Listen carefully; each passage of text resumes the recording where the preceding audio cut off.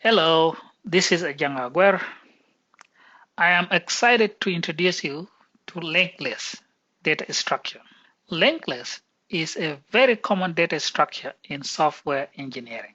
It provides foundation to more complex data structures. They are very common in technical interviews. In this course, it is assumed you know some basics of computer science and programming. Without further ado, let's define what is a linked list. A linked list is a dynamic and linear data structure which includes a series of connected nodes. It is inherently ordered.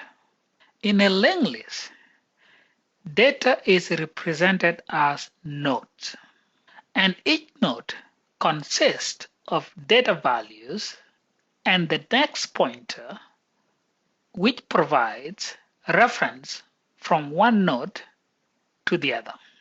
The pointer contains the address of the next node, and the last node points to null. As shown in this diagram, successive nodes are connected by pointers. Node 1 is connected to second node by a pointer. Node 2 is connected to node 3 by a pointer. A linked list may contain one or many nodes, which may also contain different pieces of data and data types. In a linked list, the first node is called head. A head allows access to every other node in the list.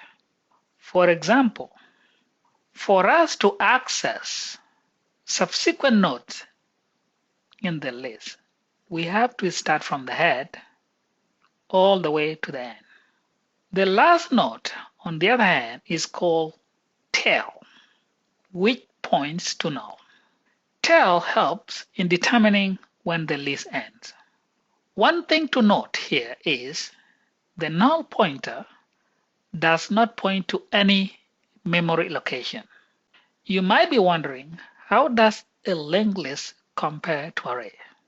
Well, elements within an array are indexed. They are stored in contiguous location in memory. That is to say, arrays are stored in static memory space. Consider this array. At index 0, we have one element. At index 1, we have another element. At index 2, we have the third element, and so forth. Unlike arrays, nodes within a linked list are not indexed. They are stored in random memory location. The memory location is dynamic, which means it is randomly located. There are three common types of linked lists. First, we have a single linked list. A single linked list is unidirectional, and each node is connected to its next successive node only by a single pointer. That is to say, navigation is in a forward direction only. So you can only go from node 1 to the next node, and from node 2 to node 3 in one direction. That is in the forward direction. Traversal is one direction only. So we move only from the head to the tail. There's no backward navigation. The second type of a linked list is called doubly linked list. A doubly linked list is a bidirectional linked list. It can be traversed in the forward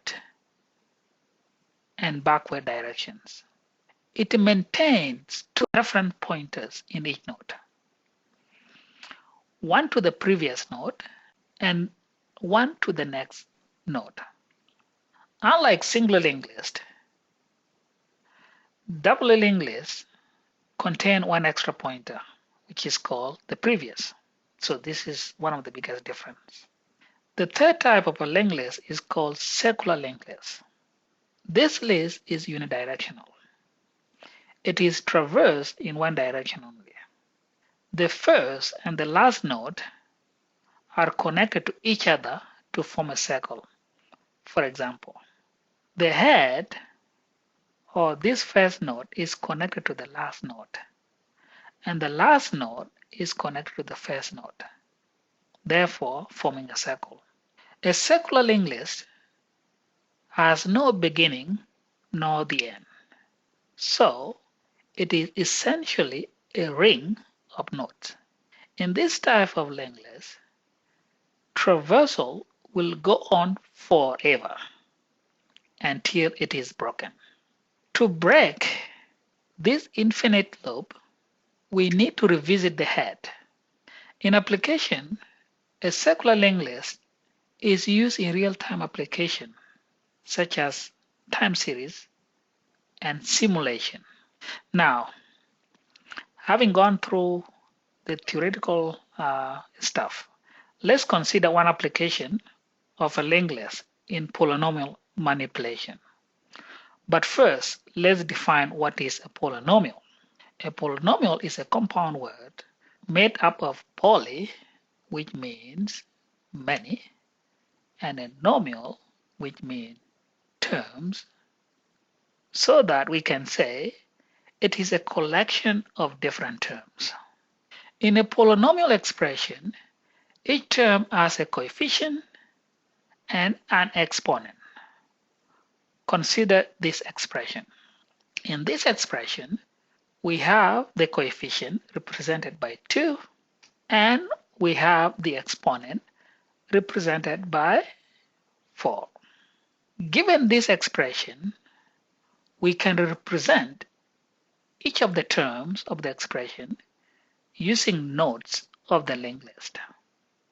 For example, we can create a node class as an object representing the terms of the polynomial expression with 3 fields. Each term in a polynomial expression can be represented in the node as a data element. For example, the coefficient of the term is represented in this node as the coefficient data element, and the exponent in the term of the expression is represented as the exponent data element within the node. And the third part is the next pointer. Let's continue with our previous expression.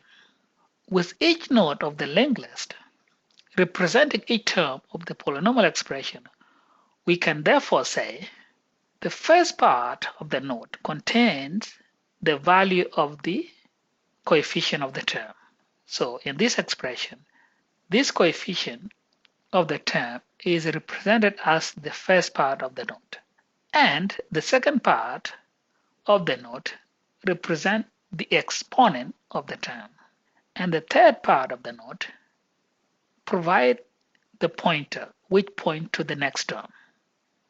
So that in this expression, we have node 1 representing the first term, and we have node 2 which represent the second term, and then the constant. One takeaway from this diagram is there is no need to store the variable x of the term in our node. Given this example, we can therefore conclude a polynomial expression can be represented using a linked list. Thank you for your time. See you in the next lecture.